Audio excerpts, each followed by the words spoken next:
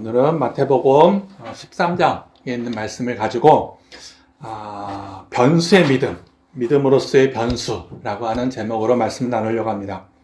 그러니까 변수라고 하는 제목은 전에 제가 미지수의 믿음인가 라고 한번 했던 기억이 조금 납니다. 그러니까 좀 비슷합니다. 변수라는 것은 수학적인 표현으로는 이제 변하는 수입니다. 그러니까 계속해서 변하는 수. 그러니까 믿음도 마찬가지라는 거죠. 우리가 전에는 믿음이라는 것이 딱 고정되어 있는 정적인 것으로 생각해가지고 20대에는 저도 믿음이 무엇이냐라는 것을 많이 생각했습니다. 그래서 그때는 이제 정의를 내리길 좋아했습니다. 믿음은 기도하는 거다. 기도하는 것이 믿음이다. 또는 말씀 보는 것이 믿음이다. 전도하는 것이 믿음이다. 이런 어떤 정의를 내리는 것을 좋아했습니다. 그래서 믿음을 어떤 정적인 것으로 생각했는데 이게 이제 계속 세월이 지나다 보니까 꼭 그렇지가 않더라고요. 그러니까 믿음이라는 것은 정적인 것이 아니라 동적인, 움직이는 거라는 것을 알게 됐습니다. 그러니까 이 시간에는 우리가 믿음에 대해서 변수의 믿음, 그러니까 변하고 있는 그 믿음을 우리가 생각하지 못하고 정적인 믿음으로 생각하면은 과연 우리에게 어떤 해가 끼치는지, 또한 믿음이 변하면은 그 변한 믿음에 따라서 우리가 산다면은 어떤 이익이 우리에게 있는지, 유익이 있는지 한번 생각해 보려고 합니다. 전에 제가 연극 쪽에 있었을 때 그 대표님이 항상 그런 얘기를 하더라고요. 연극은 살아있는 생물과 같다라는 그런 표현을 했습니다. 그러니까 연극이라는 것은 대사를 외워가지고 매일같이 똑같은 것을 하고 있는 겁니다. 그렇죠? 똑같은 대사와 똑같은 장면과 그러니까 똑같은 언어를 쓰고 있는데, 근데 그 대표님이 하는 얘기가 연극은, 뮤지컬은 살아있는 생명과 같다. 매일 똑같이 하지만 매일같이 살아 숨쉰다라는 것입니다. 그러니까 우리가 믿음이라는 것도 매일같이 똑같은 신앙생활을 하고 있지만 평생 어쩌면 같은 신앙생활을 반복하지만 그 매일매일이 계속해서 다르다라는 것입니다. 뭐 성경에서도 매일같이 아침 해가 떠오르지만 그 해는 어제와 어떤 사람에게는 똑같은 해지만 그것을 바라보는 사람은 매일매일 새로운 해와 똑같다라는 것입니다. 그러니까 믿음이라는 것은 변수와 같다라는 것. 한번 이 시간 생각해 보려고 합니다. 그러니까 우리들의 믿음은 과연 어느 고정시켜가지고 이게 믿음이지. 이게 신앙이지. 이렇게 하는 것이 정말 하나님 앞에 올바른 믿음이지. 라고 하는지, 아니면은 내가 그 믿음에서 고민하면서 이게 맞나? 저게 맞나? 이게 믿음인 것 같은데 시간이 지나면 아닌 것 같은데 이러는지 한번 생각해 보려고 합니다. 이런 생각을 하게 된 게 그겁니다. 기생충이라는 그 영화를 보면은 그런 대사가 나옵니다. 너는 계획이 있구나. 그런 대사를 하는데, 계획 있는 삶, 어떻게 보면은 굉장히 좀 뭔가 맞는 삶인 것 같고 계획 있게 사는 것이 뭔가 좀 옳은 삶인 것 같은데, 이제 연초가 되다 보니까 저도 어떤 과거를 생각해 보면서 내가 올해에는 뭐가 돼야지, 뭐를 해야지라고 하는 그런 계획을 많이 세운다는 것입니다. 근데 이제 그 영화에서도 말했듯이 너는 계획이 있구나. 하지만은 계획대로 되는 것은 없다라는 거죠. 그 폭군이라는 그 드라마에서도 보면은 아버지가 말씀하셨지. 계획대로 인생은 계획대로 되는 것이 아니다라는 것. 우리에게는 다 계획이 있고 어떤 내가 올해는 목표가 있지만은 그 목표로대로 되는 것이 인생이 아니라는 것입니다. 그러니까 생각이 있고 계획이 있고 어떤 목적이 있지만은 그것은 항상 시와 때와 어떤 장소에 따라서 계속해서 바뀐다는 것입니다. 믿음도 마찬가지라는 것입니다. 믿음도 시와 때와 장소에 따라서 내가 어떻게 생각하고 어떻게 바라보고 어떻게 느끼냐에 따라 가지고 그 믿음의 깊이가 차이가 있다는 것입니다. 똑같은 기도를 해도 똑같은 말씀을 봐도 하나님한테 옳은 건지 아니면 내가 나를 위해서 사람의 눈을 의식해서 하는 건지 차이가 있다는 것입니다. 겉으로 봐서는 그것을 알 수가 없다는 것입니다. 본인만이 알 수 있다는 것입니다. 내가 하나님하고 얼마나 깊은 관계가 있는지. 근데 그 깊은 관계라는 것은 그때그때 상황에 따라서 변수기 때문에 어떤 정답이 이렇게 한다고 하는 좀 더 함수 관계같이 되지 않는다는 것입니다. 그것을 한번 생각해 보려고 합니다. 오늘 본문에는 이런 말씀이 본문에 똑같은 게 있습니다. 본문에 예수님께서 13장에 보면은 천국의 말씀 한 7가지, 8가지를 얘기하셨습니다. 정말 많은 사람들이 우리에게 천국은 이런 것이다, 이런 것이다, 이런 것이다, 이런 것이다. 이 말씀을 다 마치고 이제 고향에 가서, 회당에 가서 말씀을 전하고 있는데 그 고향 사람들은 예수님이 누군지를 알았다라는 거죠. 그 누군지를 알았다라는 것은 단순한, 그죠? 예수님의 그 이면에 있는 깊은 메시아를 본 것이 아니라 어렸을 때부터 자랐던 그 모습을 받았다라는 거죠. 그 부모가 요셉 맞죠? 목수라고 하는. 그러니까 그 당시에 목수라고 하는 것은 그냥 일용직입니다, 일용직. 어떤 일을 했을 때 가서 일해주고 또 일해주고 이게 이제 목수의 일입니다. 그 어머니는 마리아라고 하는 것은 그 당시에 아주 흔한 이름이라는 거죠. 그러니까 아주 그 어머니도 평범하게 짝이 없는 그런 분이었다라는 거죠. 또 그들에게는 자식이 있다라는 거죠. 동생들도 있다라는 거죠. 그러면서 예수님이 회당에 앉아가지고 정말 놀라운 말씀을 하는데 이 사람은 고향 사람들은 놀라운 말씀을 듣는 것이 아니라 그 옆에 있는 부모를 보게 되고 그 옆에 있는 그 형제를 보게 되고 또 예수 그리스도도 어렸을 때 자기가 보아왔던 그런 모습이 있다는 거죠. 저 사람이 놀라운 말씀을 하지만은 아무리 생각해도 저 사람은 저런 말을 할 사람이 아니다라고 하는 고정관념이 탁 박혔다라는 거죠. 그러니까 믿음이라는 것이 고정관념이 탁 박히면은 더 이상 나갈 수가 없다라는 거죠.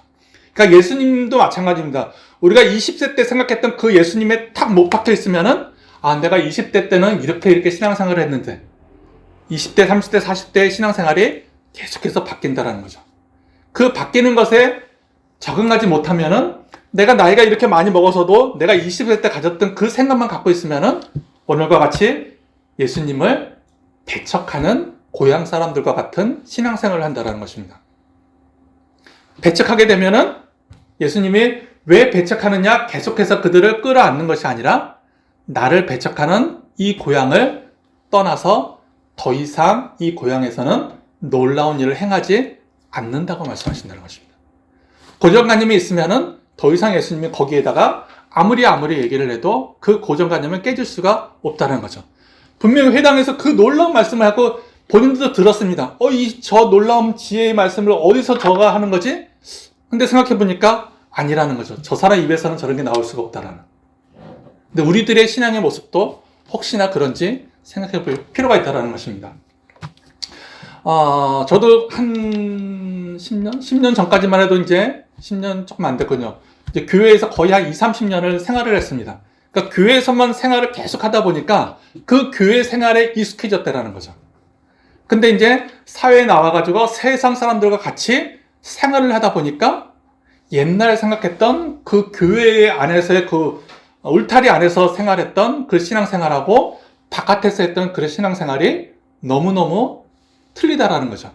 근데 내가 이 바깥에서 신앙생활을 했던 그 모습을 가지고 이 삶은 바깥에서의 생활인데 생각은 교회에서 있었던 그 생각만 가지고 산다면은, 그죠?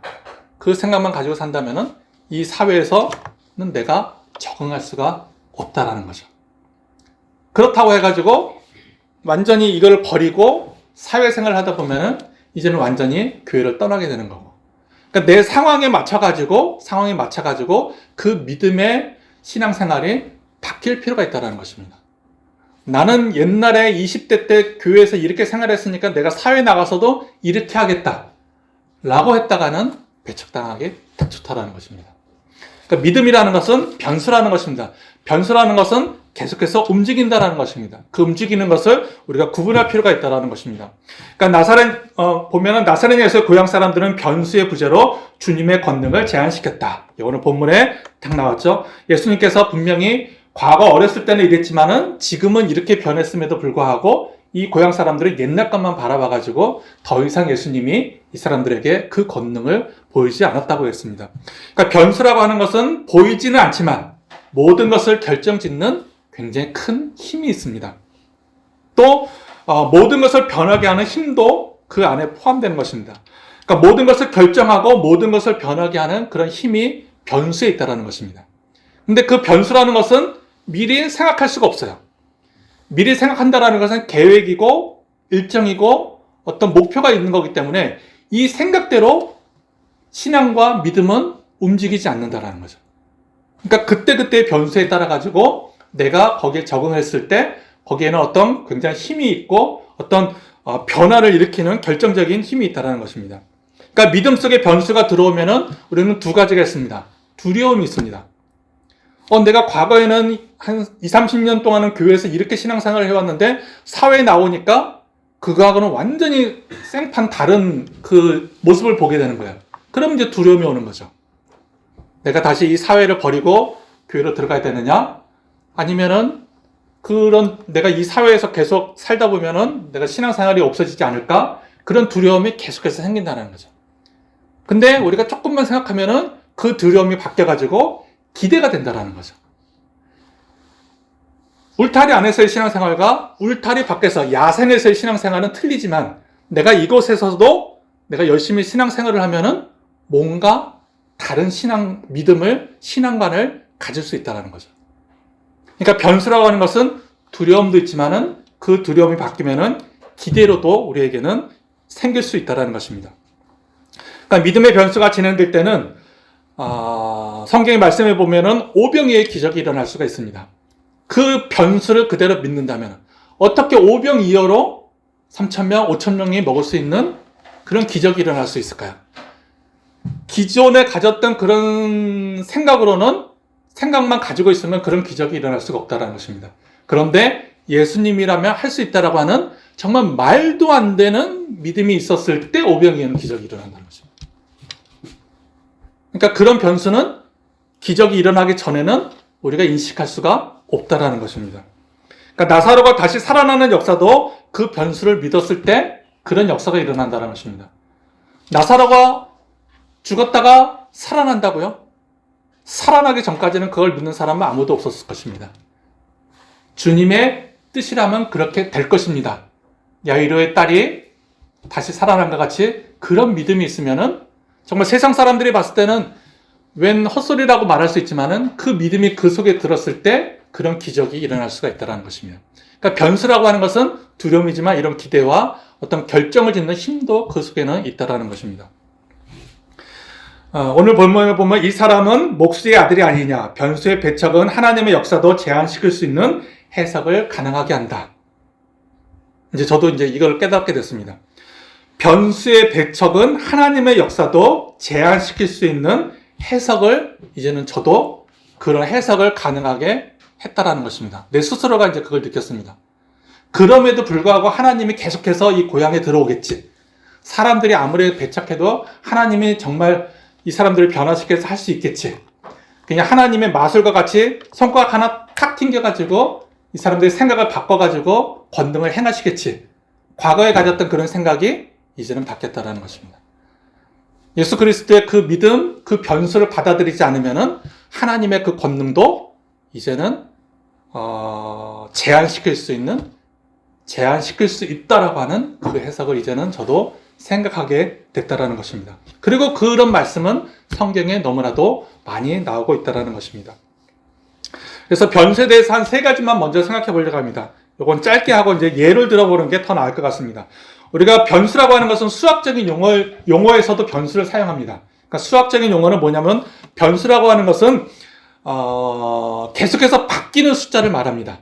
그러니까 그 반대말이 상수입니다. 상수라는 것은 바뀌지 않는 숫자. 근데 변수는 계속해서 바뀐다라는 것입니다.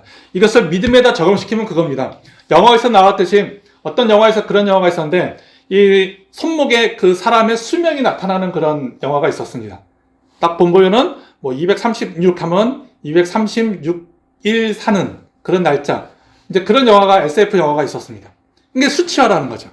우리의 믿음도 수학적인 믿음으로 생각한다면은 믿음의 수치화를 생각한다면은 어떻게 보면 그런 생각도 합니다. 내 믿음이 과연 내가 지금 이렇게 생각하라고 하는 신앙생활의 믿음이 하나님 앞에 바른 건지 옳은 건지 숫자화하기를 좋아할 때가 많다는 것입니다. 그죠? 좀 더 하나님 내가 지금 이렇게 해냈는데 이게 맞나요? 틀리나요? 그 맞나요? 틀리나는 숫자로 탁 정해놓으면은 우리에게는 굉장히 합리적인 것 같고 그런 걸 좋아합니다. 그러니까 수학을 좋아하는 사람은 어떤 결론이 난다라는 거예요. 결론이. 그러니까 숫자를 딱 보고 이 사람의 믿음이 나의 믿음이 이만큼이구나 라고 그것을 좋아한다는 거죠. 그러니까 수학의 변수는 믿음을 숫자화하기를 좋아한다라는 거죠. 근데 수학이라는 것은 어떤 결론이 탁 나와서 좋은 것도 있지만은 그 속에는 계속해서 변하는 변수라는 단어가 있다는 것입니다. 그 변수라는 단어에 이제 가변성이라는 것이 있는데, 가변성이라는 건 뭐냐면 일정한 조건에서 변할 수 있는 성질, 일정한 조건만 정해지면은 계속해서 바뀐다라는 거죠. 우리가 아무리 계획을 세워도 내가 올해부터는 내가 10km를, 아니면 내가 올해부터는 공부를, 아무리 그런 계획을 세워도 조금만 거기에 조건이 생기면은 내일부터 하면 되지, 그죠? 작심삼일이 되는 그런 모습이 된다는 거죠. 그러니까 가변성적인 그런 모습을, 그런 믿음을, 신앙을 우리는 가질 수 있다는 거죠. 미지수도 마찬가지입니다. 미지수라고 하는 것은 끊임없이 계속 늘어나는 그런 수를 말하는데, 앞으로 어떻게 될지 모르는, 어떻게 될지 가늠할 수도 없고 판단할 수도 없는 것이 바로 미지수라는 거죠. 그러니까 우리들의 믿음도 어떻게 보면은 내가 지금 이렇게 행하고 있지만은 너무너무 내가 열심히 신앙생활하는 것 같지만은 내일 당장 어떻게 될지 모르는 그런 어떻게 될지 모르는 것이 우리들의 믿음이라는 거죠. 그 믿음을 다른 표현을 하면 미지수적인 믿음이라는 것입니다. 그러니까 언젠가 여러분들에게 얘기했지만은 20대 때 제가 밤새도록 정말 통성 기도를 저 종로에 가가지고 택시 타고 가서 종로에 가서 막 그냥 찬양 인도도 하고 막 기타 치면서 막 피도 날 정도로 찬양 인도하고 기도하고 와서 새벽 5시에 집에 들어왔습니다. 굉장히 은혜 받고 집에 들어왔는데, 집에 들어오자마자 어떻게 했다고 그랬죠? 기억나요? 어머님이 딱 깨더니 어디 갔다 왔어? 그랬는데 알아서 뭐해! 하고 그죠? 이게 우리들의 모습이라는 거예요. 그죠? 밤새도록 찬양 인도하고 막 기도하고 했는데 오자마자 그렇게 되는 게 우리들의 모습이라는 거예요. 그러니까 우리들의 믿음은 미지수라는 거예요. 상황만 바뀐다면은, 조건만 주어진다면은 어떻게 될지 모르는 게 우리들의 믿음이라는 거죠. 그러니까 믿음은 내가 이렇게 했으니까 이렇게 될 거라고 하는 그런 어떤 작심삼일적인 그런 계획은 우리들에게 웬만해서는 거의 없다라는 것입니다. 두 번째는 이제 종교적인 변수도 한번 생각해 보려고 합니다. 그러니까 종교적인 변수는 언어의 수치화라고 그랬는데, 그러니까 이게 수치화가 아니라 믿음의 언어입니다. 믿음의 언어. 그러니까 언어라는 거죠. 그러니까 종교의 변수는, 우리는 종교적으로 자꾸 언어를, 그 수학의 변수는 그 숫자로 수치화시키려고 그러는데, 종교적인 변수는 언어로 수치화를 시키려고 합니다. 언어. 그러니까 언어를 거기다 집어넣어가지고 그 언어를 집어넣음으로써 어떤 결론을 내려고 하는 그런 모습이 있다는 것입니다. 이제 함수로 표현하면 이렇게 됩니다. 신학이라는 것이 딱 이겁니다. 신학. 그러니까 우리가 하나님을 믿는 그런 종교가 있었다면은 그것을 어떻게든지 정리를 하려고 합니다. 사람들이. 그래서 신학자들이 그것을 정리하는 것이 신학이라는 거죠.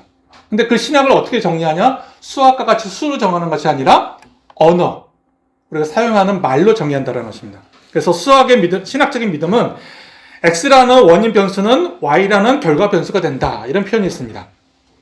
그러니까 이제 함수라고 하는데, 이게 함수의 정의인데 Y는 이거로 F 가로 열고 X, 이게 함수입니다. 그러니까 Y라고 하는 구원이 답이 있습니다. 구원이라는 것을 설명합니다. Y라고 하는 구원을 설명하는데 그 원인이 무엇일까? 여러 가지 생각합니다. 구원받기 위해서 행위가 있을 것이고 뭐가 있을 것이고 여러 가지 있는데, 신학자들은 여기다가 믿음이란 X에다 믿음을 탁 넣었다는 것입니다. 오케이. 구원을 받기 위해서는 믿음이 있어야 된다라고 하는 것을 탁 시켰다는 것입니다. 이게 바로 신학이라는 것입니다. 그러니까 우리는 그것을 그대로 지금도 그대로 받아들이고 있다는 것입니다. 누군가가 어떻게 하면 구원받습니까? 라고 했을 때 우리는 그 신학적인 그 언어의 고정념 때문에 예수 그리스도를 믿으면은 당신은 구원받을 수 있습니다. 라고 하는 X를 탁 집어, 원인을 거기다 넣는다라는 거죠.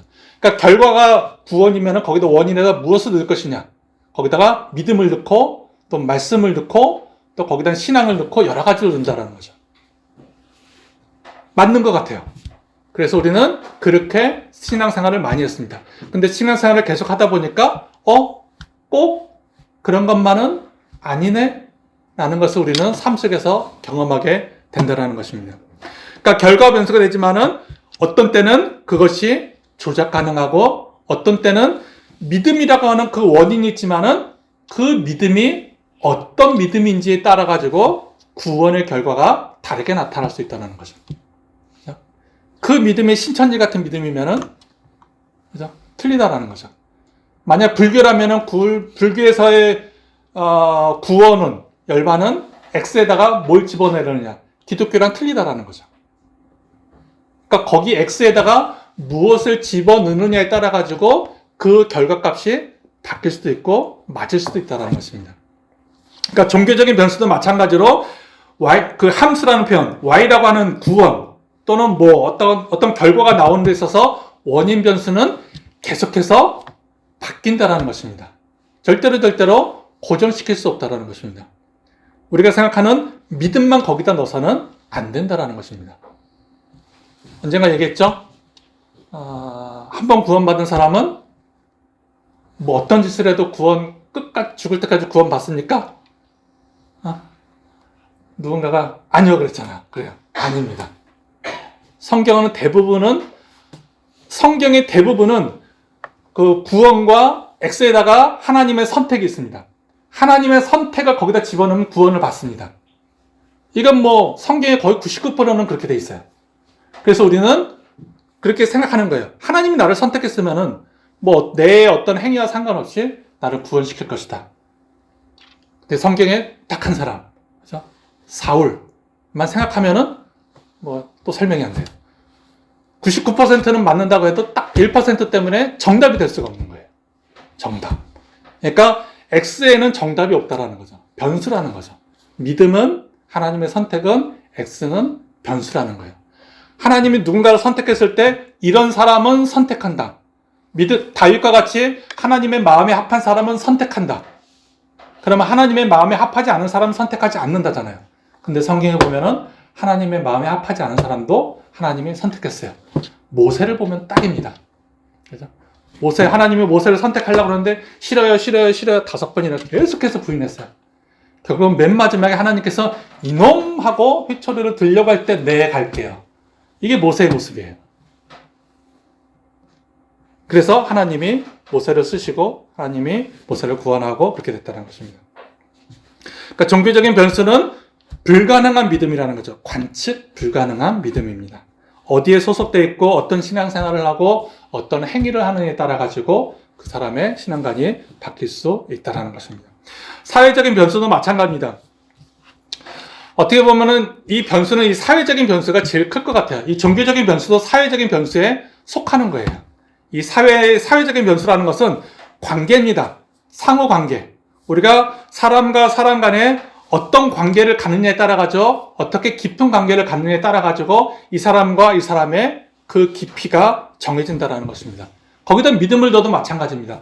우리가 하나님과 나하고 어떤 관계를 갖느냐에 따라서 또 얼마나 깊은 관계를 갖느냐에 따라 가지고 그 변수가 바뀔 수 있다는 것입니다. 그러니까 믿음의 변수라는 거죠. 그러니까 믿음은 관계성이라는 거죠. 관계성. 하나님과 나하고의 어떤 깊은 관계를 갖느냐에 따라 가지고 하나님 그 신앙생활이 정해진다는 것입니다. 굉장히 맞는 말인 것 같아요. 그죠? 내가 하나님과 깊은 관계를 가지면 그죠? 하루에 1시간 기도하는 것보다 하루에 10시간을 기도하는 것 더 깊은 관계잖아요. 가지면은 하나님과의 관계가 더 좋아질 거라는 그죠? 상호관계에서는 이게 사회적인 모습에서는 이게 맞는 것입니다. 근데 거기에는 변수가 있다는 거죠. 1시간을 기도하는 것과 10시간을 기도하는 것 조작 가능하다는 것입니다. 내가 저 사람과 굉장히 깊은 관계를 가지면은 그 사람과 친해질 수 있습니다. 근데 거기는 내가 저 사람하고 10년 동안, 20년 동안 굉장히 깊은 관계를 가졌는데 어떤 조건이 하나 탁 맞아가지고 20년 우정이 20년 친구가 배반하는 그런 모습도 보인다는 것입니다. 조작은 언제나 가능하다는 거죠. 그러니까 사회적인 그런 모습도 아무리 깊은 관계, 아무리 상호관계가 좋아도 거기에 변수라고 하는 것이 탁 들어가면은 언제나 변할 수밖에 없는 것이 바로 사회적인 변수라는 것입니다. 믿음도 마찬가지라는 것입니다. 내가 하나님하고 30년을 깊은 관계를 가졌지만 조건 하나만 탁 맞으면은 그 30년의 믿음이 우르르 공든탑이 무너진 그런 모습을 우리는 가질 수 있다는 것입니다. 우리는 그것을 알고 깨닫고 대비할 필요가 있다는 것입니다. 내가 아무리 지금 신앙생활을 이렇게 잘하고 있어도 나는 저 문만 열고 나가도 나는 내 신앙이 바뀔 수 있는 그런 모습을, 그런 성격을 갖고 있다는 것을 인지할 필요가 있다는 것입니다. 그러니까 내가 생각한 대로, 내가 계획한 대로 너는 계획이 다 있구나. 계획대로 되는 것은 없다라는 것. 이게 바로 오늘 제가 하고 싶은 믿음의 변수라는 것입니다. 믿음이라는 것은 내가 계획한 대로 되지 않는다라는 것을 인식하는 것. 그게 먼저 시작이라는 것입니다. 이제 예를 한번 들어보도록 하겠습니다. 아브라함의 변수를 한번 생각해 보겠습니다. 뭐 이제 다 알 겁니다. 아브라함의 변수. 아브라함의 변수는 이겁니다. 창세기 15장에 보면은 아브라함에게 하나님께서 아브라함이 나타나가지고 내가 너에게 아들을 주겠다. 하나님, 저는 나이가 많이 들어서 아들을 더 이상 가질 수가 없습니다. 우리 집에서 자라던 이 가브리엘을 아들을 삼아주세요. 아니다. 데려나와가지고 저 하늘의 별을 봐라. 엄청나게 그 많은 별을 보면서 내가 너에게 저 별과 같이 큰 자손을 너에게 주겠다. 반드시 아들을 주겠다. 라고 했을 때 아브라함이 여호와를 믿으니 여호와께서 이를 보고 의로 여기셨다고 그랬어요. 생각해 보세요. 나이도 들고 아들도 없고 이제 그 집에서 자라난 그 종의 아들을 그 자기 양자로 삼는 것이 어떻게 보면 그 당시 풍습이었어요. 그냥 정석대로 계획대로 가면은 그렇게 되는 거예요. 근데 하나님은 아니라고 그랬어요. 근데 그 아니라고 하는 것을 믿었어요. 아브라함이. 근데 그 믿음이라는 것은 상식적인 것이 아니에요. 이걸 어떻게 믿어요? 있을 수 없는 거잖아요. 당신은 내일 10억, 당신은 내일 10억의 로또에 당첨될 것입니다. 우리는 아멘 하죠. 절대로 믿을 수 없는 거예요. 근데 아브라함이 거기다가 대고 아멘을 했어요. 진짜 10억이 당첨됐어요. 이거는 뭐 어떤 계획이라든가 어떤 합리적인 표현, 어떤 걸로 설명할 수가 없는 거예요. 근데 하나님의 믿음은, 아브라함의 믿음이 조상이 된 이유는 바로 이런 변수에 있었다는 거죠. 하나님의 이런 변수에 아브라함은 여호와를 믿으니 여호와께서 이것을 보시고 그의 의로 삼으셨다고 했어요. 이게 바로 변수라는 거예요. 도저히 상상할 수 없고 이해할 수 없지만은 하나님이 그렇게 하시겠다고 했으니까. 그렇죠? 이게 바로 아브라함의 변수라는 것입니다. 또 한번 보겠습니다. 갈렙의 변수를 보겠습니다. 여기 또 민수기 13장에 보면은 모세가 백성들을 이끌고 이제 가나안 땅에 왔습니다. 가나안 땅에 들어가려고 하는데 그 가나안 땅에 가서 정탐꾼을 보냈습니다. 12명의 정탐꾼을 보냈습니다. 유다의 족속 중에 유다 지파 중에 그 갈렙이라는 사람이 있었습니다. 또 에브라임 지파 중에 여호수아라고 하는 사람이 있었습니다. 근데 갈렙이라는 사람과 여호수아하고 10명의 그 정탐꾼이 갔습니다. 모세가 뭐라고 했냐면은 가가지고 그 사람들이 강한지 약한지 또 소득이 뭔지 가서 있는 그대로 보고 와라 했어요. 그래서 정탐꾼들은 가가지고 봐서 10명의 정탐꾼들은 있는 그대로 보고했어요. 있는 그대로 보고하는 게 맞잖아요. 정탐꾼들이. 거기다 거짓말을 했다가는 어떻게 될지 모르잖아요. 그러니까 같은 우리보다 강하고 말겠어요. 그러니까 우리는 저곳에 들어갈 수 없습니다. 라고 하는 것이 10명의 정탐꾼의 결론이었어요. 근데 갈렙이라고 하는 사람은 그렇지 않았다라는 거죠. 갈렙이라는 사람은 이 땅을, 그 찬양이 있었는데, 이 땅을 나에게 주소서. 그죠? 이 땅을 나에게 주소서. 하나님께서 이 땅을 우리에게 주셨습니다. 우리가 가서 저들을 물리치고 이 땅을 저희가 차지합시다. 라고 하는 말도 안 되는 오기를 부렸다는 거죠. 그러니까 10명의 정탐꾼이 그 갈렙의 얘기를 들었다는 것은 들었을 때 저건 말도 안 되는 거다. 우리 백성들이 거기 갔다가는 다 그 강한 가나안 사람들한테 죽을 것이다. 물살당할 것이다. 라고 했지만은 갈렙은 그렇지 않았다라는 거죠. 그러니까 말도 안 되는 것을 이 갈렙은 모세에게 얘기했고 또 갈렙은 나이가 이렇게 그 85세였음에도 불구하고 이렇게 얘기했다라는 것은 이거는 그죠? 우리가 말로 언어로서 표현할 수 있는 그런 모습이 아니라는 거죠. 그러니까 우리가 갈렙이 그랬으니까 나도 그래야 되겠다가 아닙니다. 그죠? 이게 무슨 말인지 알아야 됩니다. 성경에 갈렙이 이랬으니까 나도 그래야지가 아니라는 것입니다. 갈렙한테만 적용되는 것입니다. 모세 시대 때 모세와 갈렙 사이에서 갈렙한테만 적용되는 모습이라는 거죠. 우리는 현대에 살고 있습니다. 현대의 모습에서, 현대 상황 속에서 갈렙과 같은 그런 믿음, 변수적인 그런 신앙, 그것이 우리들에게 필요하다는 것입니다. 오기를 부려서 된다는 것이 아니라는 거죠. 말도 안 되는, 아브라함과 같이 말도 안 되는 것을 믿으라는 얘기가 아니라는 것입니다. 상황과 여건과 일정과 어떤 조건이 나에게 맞았을 때 하나님을 먼저 생각하라는 것입니다. 나를 먼저 생각하는 것이 아니라, 사회를 먼저 생각하는 것이 아니라, 종교를 먼저 생각하는 것이 아니라, 1 더하기 1은 2라고 하는 딱 떨어지는 그 수학적인 그 합리적인 모습을 생각하는 것이 아니라 믿음을 생각하라는 거죠. 변수적인 믿음. 그게 중요하다는 것입니다. 베드로의 변수도 우리가 잘 알고 있을 것입니다. 그죠? 다 아니까 베드로의 변수까지만 한번 해보도록 하겠습니다. 베드로의 변수도 마찬가지입니다. 누가복음 22장에 보면은 베드로는 어떤 사람이었습니까? 최후의 만찬 때 이런 막 얘기가 나왔습니다. 이제 내가 십자가를 질 때가 됐다 했을 때 베드로는 안 됩니다. 절대로 안 됩니다. 주님께서 감옥에 가면 나도 감옥에 갈 것이고 죽음에 가게 되면은 나도 그곳에 따라가겠습니다. 그죠? 어떻게 보면은 제자가 스승한테 할 수 있는 최고의 그런 모습이잖아요. 제자라면 당연히 이렇게 얘기하죠. 그죠? 스승이 죽겠다고 하는데, 스승이 감옥에 가겠다고 하는데, 네, 가세요. 나는 빠져나가겠습니다. 그렇게 하지는 않는다는 거죠. 나도 그렇게 하겠습니다는 어떤 말을 했다는 거죠. 그런 베드로였습니다. 그죠? 그런 어떤, 당참이 있었고, 그런 어떤 예수님에 대한 강한 믿음이 있었습니다. 의지가 있었습니다. 그런데 예수님이 잡히시던 날 3번 부인하는 그 모습이 베드로의 모습이라는 거죠. 3번이나 부인하는.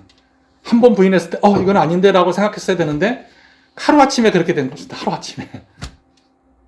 그런 베드로가 또 나중에는 예수님을 만난 이후로는 어떻게 됐냐면은 한 번 설교했더니 3,000명이나 전도하는 그런 모습으로 바뀌었다는 것입니다.